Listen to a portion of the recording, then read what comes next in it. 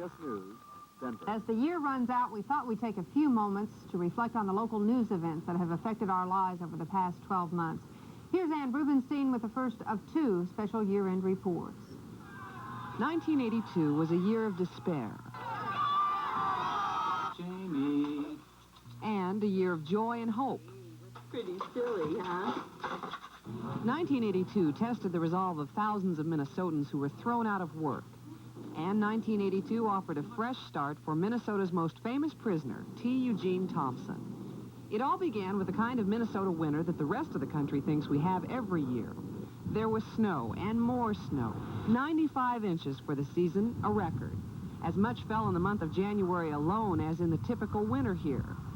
In the middle of the month, there was a 17-inch snow and then a 20-inch blizzard, all in 4 days. After that punishment, the rest of the year seemed mild, punctuated by an asphalt-popping 100-degree day, July 5th. The political rhetoric seemed warmer than usual. A full year of Minnesota politics began with a presidential visit.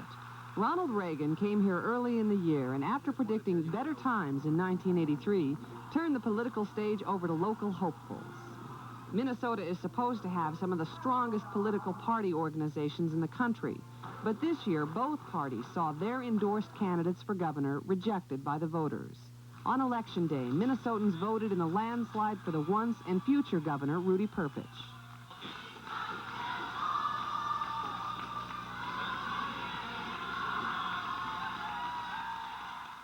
DFLer Mark Dayton set a national record with his spending in the Senate race.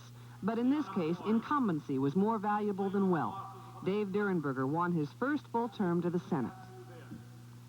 There were no spending records for thousands of Minnesotans. They lost their jobs, casualties, in an ever-deepening recession.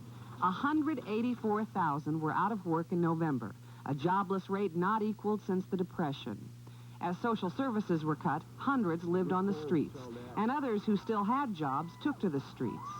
Many employers drove hard bargains because of the economic squeeze. Some asked for concessions. A walkout at the Bureau of Engraving led to some of the worst strike violence in Minnesota since the 1930s. Machinists walked out at Northwest Airlines. That ended in a month. Competitor Republic benefited. By the end of the year, Republic's financial crunch eased. Braniff was not so fortunate. It folded. So did the Minneapolis Star. It blinked out in April after 62 years of newsprint and newsmakers. A story the Star never got to finish was the state's money troubles. The Minnesota legislature spent a good part of the year trying to come to grips with what the recession did to tax collections. Al Quie came to grips with it early on. The year ended with a bit of brinkmanship between lawmakers and the governor, leaving office because of the budget turmoil. In December, Al Quie threatened massive budget cuts if the legislature didn't act. It finally did, but local governments still felt the pinch. Aid cuts and declining enrollment led to closed schools and out-of-work teachers.